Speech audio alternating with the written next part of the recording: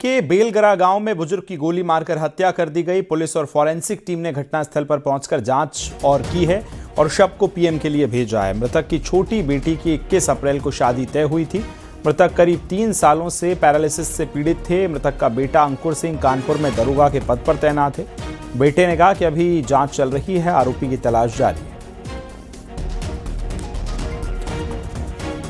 मामला तो प्रथम दृष्टया संदिग्ध ही लग रहा है, कुछ क्लियर नहीं है। मैं भी पुलिस विभाग में हूँ, कानपुर में पोस्टिंग है मेरी। तो कल मुझे रात में 1:30 बजे के आसपास जानकारी मिली, फोन आया घर से कि पापा को सोते टाइम किसी अज्ञात व्यक्ति द्वारा गोली मार दी गई। इतनी जानकारी है, इसके आगे तो अभी जांच हो रही है, बाकी जांच में जो निकल के आएगा। रामपुर पुलिस ने नकली नोट बनाने की फैक्ट्री का भांडाफोड़ किया है। पुलिस ने नकली नोट के साथ 2 आरोपियों को गिरफ्तार कर लिया। एक आरोपी को रामपुर और दूसरे को मेरठ से गिरफ्तार किया। आरोपी राजवर्धन सिंह ने 4,46,000 रुपए के नकली नोट बरामद किए हैं। इसके अलावा 42,000 रुपए के अधबने और कटे फटे नोट बरामद किए हैं। आरोपी के पास से नकली नोट बनाने का सामान भी बरामद हुआ। दोनों आरोपी मूल रूप से एटा के रहने वाले हैं। बता दें कि 1 अप्रैल को 10,500 रुपए के नकली नोटों के साथ रामपुर से 2 आरोपियों की गिरफ्तारी हुई थी। इसके बाद जांच में इन आरोपियों के नाम सामने आए। पूछताछ में पता चला कि वेब सीरीज देखकर इन लोगों ने नकली नोट छापना सीखा था। कोई फिल्म देखी, उससे इन्होंने प्रेरणा लेकर ये सब। पूछताछ में इनके द्वारा बताया गया कि फर्जी सीरीज है, उसको देखते हुए इनको इस तरह का आइडिया आया, उससे प्रेरणा लेकर और इस तरह के कृत्य को अंजाम दिया गया। अभी तक तो इनका कोई आपराधिक इतिहास इनका नहीं है। CCTNS पर इसकी जानकारी की जा रही है। फिरोजाबाद के फ्रेंड्स कॉलोनी में एक बच्चे पर कुत्ते ने हमला कर दिया। कुत्ते के हमले में बच्चा गंभीर रूप से घायल हो गया। इसके बाद परिजन उसे बेहतर उपचार के लिए दिल्ली ले गए। इस घटना का CCTV फुटेज अब सामने आया, जिसे देखकर कुत्ता बच्चे पर हमला कर रहा है। आप इसमें देख सकते हैं।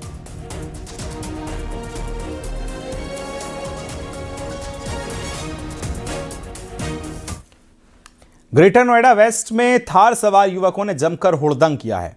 आसपास के लोगों ने जब इन हुड़दंगियों का वीडियो बनाया तो वो नाराज हो गए और उसके बाद से युवक थार से निकले और मारपीट करने लगे, गाली गलौज करने लगे। युवकों ने गाली गलौज और मारपीट का वीडियो सामने आया। इसके बाद पुलिस ने कार्रवाई करते हुए 2 आरोपियों को गिरफ्तार कर जेल भेज दिया। बिसरख इलाके के गौर सिटी वन की ये पूरी वारदात बताई जा रही है।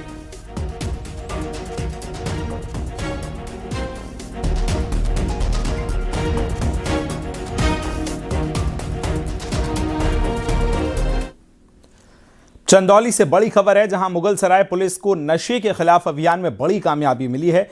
400 ग्राम अवैध हेरोइन के साथ 2 तस्करों को गिरफ्तार किया गया है। हेरोइन की कीमत 50 लाख रुपए बताई गई है। मामला पड़ाव चौराहे का है, जहां चेकिंग के दौरान पुलिस ने 2 संदिग्धों को रोका और तलाशी लेने पर उनके पास से 400 ग्राम अवैध हेरोइन बरामद हुई है। कुल 400 ग्राम हेरोइन इसमें बरामद किया गया, जिसका अनुमानित लागत लगभग 50 लाख है एवं पड़ाव चौराहा से गिरफ्तार किया गया है मुखबिर की सूचना के आधार पर। और जब इनके आपराधिक इतिहास चेक किया गया, ये पाया गया कि एक अभियुक्त के विरुद्ध पहले से ही गाजीपुर से 2 मुकदमा ऑलरेडी पंजीकृत है, जिसमें से एक गैंगस्टर भी है। तो आगे इसमें CDR एवं अन्य इलेक्ट्रॉनिक साक्ष्य एवं फाइनेंशियल लिंकेजेस के अनुसार फॉरवर्ड और बैकवर्ड लिंकेजेस ट्रेस करके इसमें और काम किया जाएगा। जौनपुर के शाहगंज और खेता सराय थाना की संयुक्त पुलिस टीम को बड़ी सफलता मिली है। चिरैया मोड़ के बिलार मऊ मार्ग के पास चेकिंग के दौरान 3 शातिर आरोपियों को गिरफ्तार किया गया। आरोपियों के पास से 1 तमंचा, जिंदा कारतूस, 198 ग्राम नशीला पाउडर, नशीली टिकिया और 2 लग्जरी वाहन बरामद किए गए। पुलिस सभी आरोपियों को गिरफ्तार कर जेल भेजने के मामले में जांच पड़ताल में जुट गई है। ये गिरोह बस और ट्रेन से उतरने वाले यात्रियों को अपनी गाड़ी में बैठाकर उन्हें नशीला पदार्थ खिलाता था। उसके बाद उन्हें बेहोश कर सामान लूट लिया करता था। यह चाहे रेलवे से जाते थे, रेलवे स्टेशन से, चाहे बस स्टैंड रोडवे से जाते थे, तो यह व्यक्तियों को उन पे भरोसा दिखाते हुए और उनसे दोस्ती करते थे। इतनी अच्छी दोस्ती कर लेते थे कि उनका खाना पहले खाते थे और जब भरोसा आ जाता था तो उन्हें अनार का जूस, चाय, कॉफ़ी ऑफ़र करते थे और उसमें नशीले पदार्थ डाइज़ेपाम करके मिला देते थे। जिससे वह व्यक्ति वहीं 15 से 20 मिनट में ही बेहोश हो जाते थे और उनसे माल जो उनके पास होता था ले जाते थे। आगरा में पुलिस ने धोखाधड़ी करने वाले गिरोह का खुलासा किया और 2 आरोपियों को गिरफ्तार किया है। आरोप के मुताबिक ये शातिर पहले गाड़ियों को किराए पर लेते थे और फिर उन गाड़ियों को गिरवी रखकर लोगों को ठगने का काम करते थे। गिरोह के 2 अन्य सदस्य फरार हैं। इनकी गिरफ्तारी के लिए पुलिस दबिश दे रही है। इनके कब्जे से 12 कारें, मोबाइल और फर्जी दस्तावेज भी बरामद किए गए।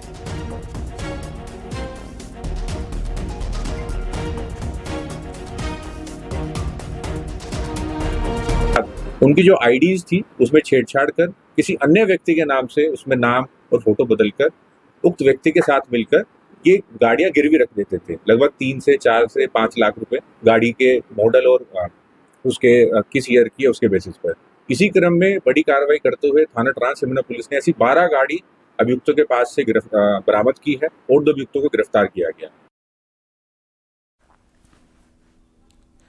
इटावा में ढाबा चलाने वाले प्रतीक यादव की खुदकुशी के मामले में पुलिस ने पत्नी, सास और साली को गिरफ्तार कर जेल भेज दिया है। बताया जा रहा है कि उसकी पत्नी के किसी दूसरे मर्द से रिश्ते थे, जिसके चलते दोनों के बीच आए दिन विवाद होता था। आरोप के मुताबिक युवक की सास और साली उसे फंसाने की धमकी देती थी। इस धमकी के चलते प्रतीक ने मिनी ट्रक के सामने आकर खुदकुशी कर ली है। 13 मार्च को पक्का बाग पर मिनी ट्रक के सामने कूदकर उसने जान दे दी। पुलिस की जांच में मोबाइल से वीडियो मिला था, जिसकी जांच के बाद तीनों गिरफ्तार कर जेल भेजा गया है। युवक के परिजनों ने तीनों पर खुदकुशी के लिए मजबूर करने का आरोप लगाया है।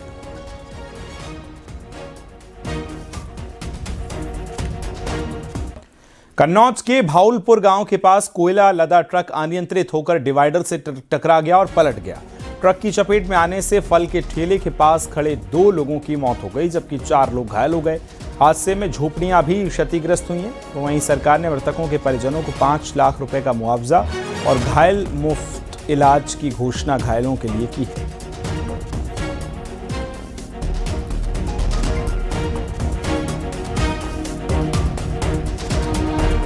शाहजहांपुर के मदनापुर क्षेत्र में तेज रफ्तार पिकअप और कार की आमने सामने टक्कर हुई। हादसे में कार सवार 3 पुलिसकर्मी नितिन कुमार, हरेंद्र मलिक और सुनील कुमार गंभीर रूप से घायल हो गए। स्थानीय लोगों की मदद से सभी घायलों को मेडिकल कॉलेज में भर्ती किया गया, जहां हालत नाजुक होने पर हरेंद्र मलिक और सुनील कुमार को बरेली रेफर कर दिया गया है। घटना के बाद पिकअप ड्राइवर मौके से फरार है।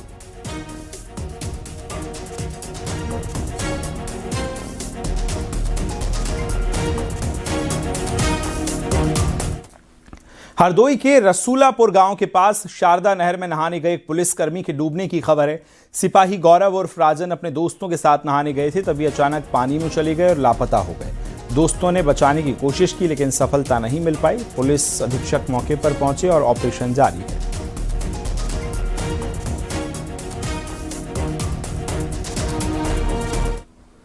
महोबा के कवरई स्थित भारतीय स्टेट बैंक के बाहर एक तेज रफ्तार ट्रक अनियंत्रित होकर टकरा गया। ट्रक बांदा की ओर महोबा जा रहा था, तभी ड्राइवर का नियंत्रण बिगड़ गया और ट्रक बैंक परिसर में जा घुसा। रविवार होने से बड़ा हादसा टल गया। सूचना पर करवई पुलिस मौके पर पहुंची और ट्रक ड्राइवर को हिरासत में लिया है।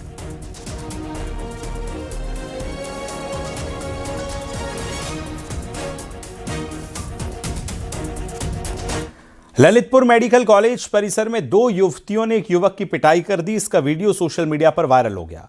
बताया जा रहा है कि किसी विवाद को लेकर युवतियों ने युवक को डंडों से पीटना शुरू कर दिया। युवक किसी तरह मौके से भागकर अपनी जान बचाने में सफल रहा। मौजूद किसी व्यक्ति ने घटना का वीडियो बनाकर सोशल मीडिया पर वायरल कर दिया, जिसके बाद मामला चर्चा में आ गया। पुलिस की ओर से इस मामले में कोई अभी बयान नहीं आया है।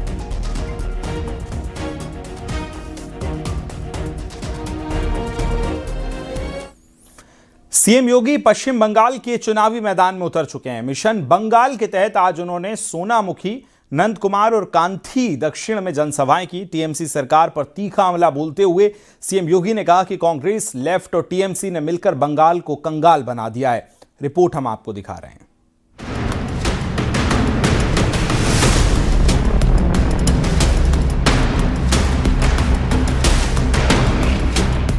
सीएम योगी ने पश्चिम बंगाल पहुंचकर चुनावी रैलियों की सीरीज शुरू कर दी। बंगाल के इस हाई वोल्टेज कैंपेन में योगी जी ने टीएमसी सरकार पर जमकर प्रहार किया। सोनामुखी, नंद कुमार और कांती दक्षिण में जनसभाओं को संबोधित करते हुए उन्होंने बंगाल की जनता से सीधा संवाद किया। सीएम योगी ने कहा कि कुछ दिन पहले बांग्लादेश में एक दलित हिंदू की बेरहमी से हत्या कर दी गई। हमने इसका विरोध किया, लेकिन पश्चिम बंगाल की मुख्यमंत्री ममता दीदी चुप रहीं। उन्हें डर था कि अगर उन्होंने कुछ कहा तो अपना मुस्लिम वोट बैंक खो देंगी।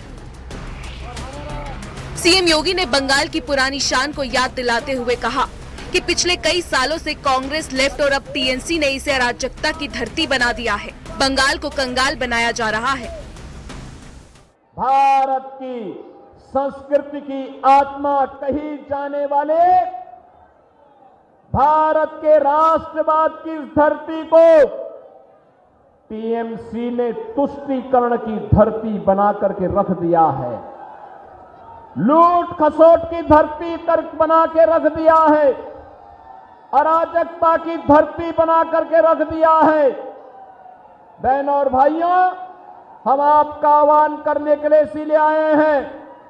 जैसे आज बंगाल में चल रहा है जो अराजकता है, जो गुंडागिर्दी है, यही गुंडागिर्दी, इसी प्रकार की अराजकता, इसी प्रकार की अव्यवस्था आज से 8 वर्ष 9 वर्ष पहले उत्तर प्रदेश में भी थी।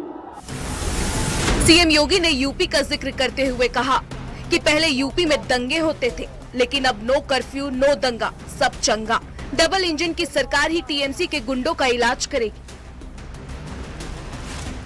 बंगाल में बीजेपी की गवर्नमेंट लेके आइए।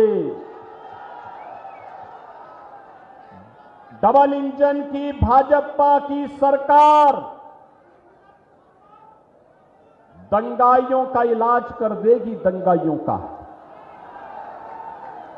ये जो टीएमसी और वामपंथ के जितने भी गुंडे हैं, इनका उपचार किसी के पास है तो अब बीजेपी की डबल इंजन सरकार के पास है।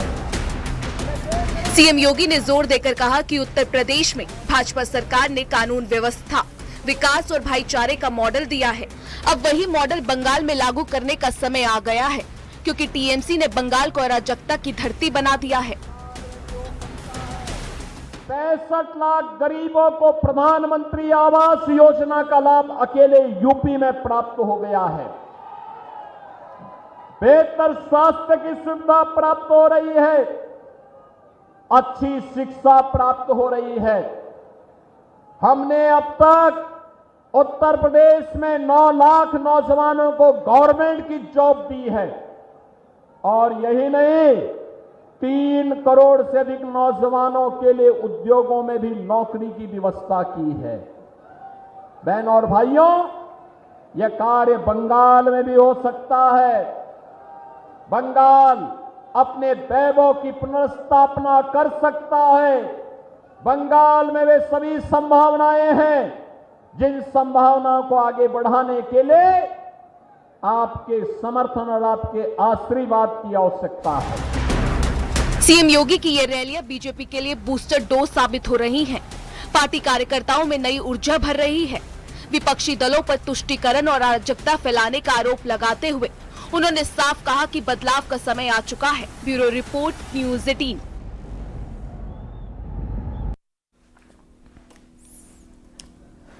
पश्चिम बंगाल में सीएम योगी बीजेपी के लिए धुआंधार प्रचार कर रहे हैं। पूर्वी मोदिनीपुर के कांथी दक्षिण में संबोधित करते हुए सीएम योगी ने यूपी में बुलडोजर कार्रवाई की तारीफ की। कहा कि अब यूपी में सड़कों पर नमाज नहीं होती, यूपी में अब राम राज्य है।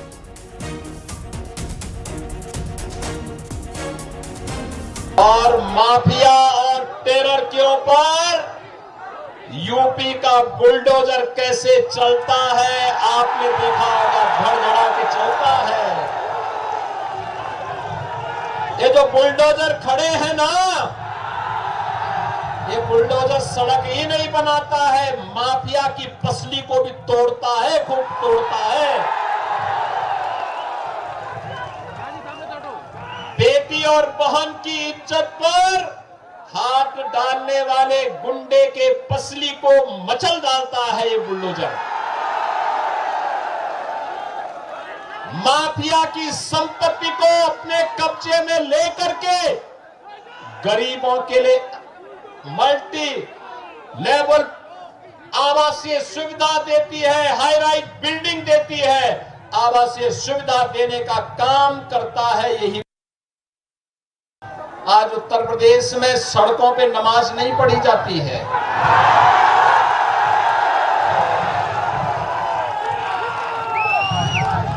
मस्जिदों से शोरगुल नहीं होता है, गौ हत्या पे पूर्ण प्रतिबंध है, लव जिहाद के खिलाफ सख्त कानून है, न लव जिहाद है न लैंड जिहाद है, केवल और केवल राम राज्य की स्थापना भूमि अब उत्तर प्रदेश है।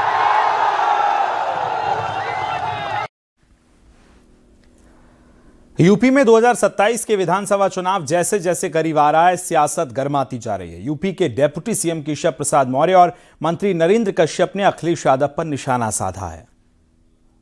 अखिलेश यादव जी सत्ता वियोग में बेचैन है, उनकी सफाई विदाई की तैयारी कर रही यूपी की जनता। 2027 नहीं 2047 तक उनका आने का नंबर नहीं है, इसे बौखलाहट है, इसे इस प्रकार के आरोप लगाते हैं।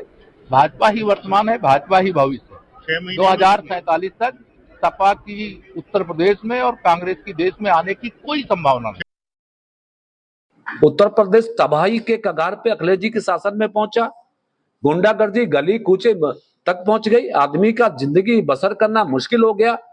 हिंदू मुस्लिम के माध्यम से फसादों का बड़ा फजीयत हमारे प्रदेश की जनता ने देखी, इसलिए प्रदेश की जनता को खतरा है समाजवादी पार्टी से। और भारतीय जनता पार्टी की कोशिश है कि उत्तर प्रदेश की जनता के ऊपर जो खतरा है इसको हमेशा के लिए खत्म रखेंगे और भारतीय जनता पार्टी और एनडीए घटक दल सरकार बना के प्रदेश की जनता 25 करोड़ जनता के हित और कल्याण को आगे बढ़ाने का काम करेंगे। नोएडा में फैक्ट्री कर्मचारियों का प्रदर्शन चौथे दिन भी जारी रहा। वेतन वृद्धि और साप्ताहिक अवकाश की मांग को लेकर कर्मचारी लगातार प्रदर्शन कर रहे हैं। कल पुलिस द्वारा हल्का बल प्रयोग करने जाने के बाद स्थिति तनावपूर्ण हो गई थी। प्रदर्शनकारियों और पुलिस कर्मियों के बीच नोकझोंक भी हुई। कर्मचारियों का कहना है कि जब तक मांगे पूरी नहीं होंगी आंदोलन जारी रहेगा।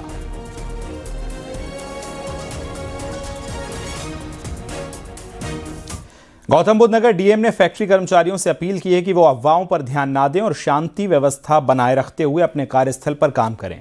उन्होंने बताया कि हाल ही में औद्योगिक इकाइयों के साथ हुई बैठकों में कई महत्वपूर्ण फैसले लिए गए जिन्हें सख्ती से लागू किया जाएगा। श्रमिकों को ओवरटाइम का भुगतान दोगुनी दर से मिलेगा और साप्ताहिक छुट्टी भी दी जाएगी। वेतन हर महीने 10 तारीख तक बैंक खाते में जमा होगा और बोनस 30 नवंबर तक दिया जाएगा।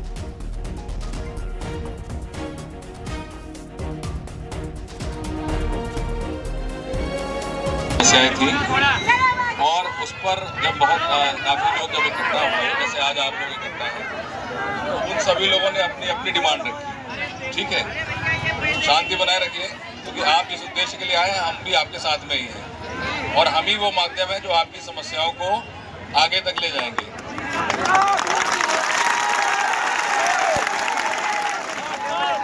आगे तक का मतलब जो है वो सभी स्तर है। आगे तक का मतलब है सबसे पहले तो आप एम्प्लॉई हो और आपका एम्प्लॉयर, ठीक है ना, जिससे आप वेतन पा रहे हैं, जो आपको वेतन दे रहा है। सबसे पहले तो 2 पार्टियां हैं, तो हम आपके एम्प्लॉयर के साथ आपका जो नियोक्ता है, जिनकी शर्तों में आप काम। पूर्व केंद्रीय मंत्री उमा भारती ने झांसी रेलवे स्टेशन पर चेन पुलिंग कर ट्रेन रुकवाई। बताया जा रहा है कि ट्रेन प्लेटफॉर्म छोड़ चुकी थी, तभी उनके समर्थकों ने तुरंत ट्रेन रुकवाई है। ट्रेन करीब 5 मिनट तक खड़ी रही।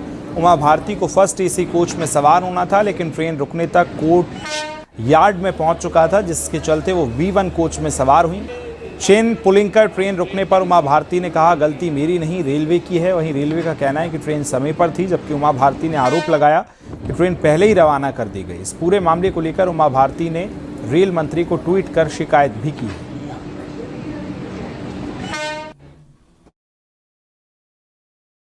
लेकिन मेरी गलती नहीं है, पूरी रेलवे की गलती है। कैसे? क्योंकि मैं जब वहाँ से चली हूँ तो मैं स्टेशन पे 18 पे आ गई थी, 2:18 पे, और ट्रेन थी 2:23 पर। तो इनने कहा था एक्सीलेटर से ले जाएंगे ऊपर। इसके बजाय इनने मुझे गाड़ी दे दी और सामने से पंजाब मेल निकली। तो मैं 5 मिनट खड़ी रही वहीं। फिर रास्ते में एक हथ ठेला मिला, वो निकल नहीं पा रहा था, तो हमारे लोगों ने उतर के उसको धक्का दिया। व्यवस्था मानती है रेलवे स्टेशन पे, आप क्या व्यवस्था मैं इसके बारे में अश्विनी वैष्णव को लिखने वाली हूँ क्या जैसे व्यवस्था कि जो आधुनिकीकरण है उसमें संवेदनहीनता साथ में शामिल हो गई है। मथुरा में प्रॉब्लम आती है, आगरा में प्रॉब्लम आती है, झांसी में प्रॉब्लम आती है, ललितपुर में, मुझे नहीं, विकलांगों को, गरीब लोगों को। यहां रुक रहे हैं बहुत छोटे से ब्रेक के लिए।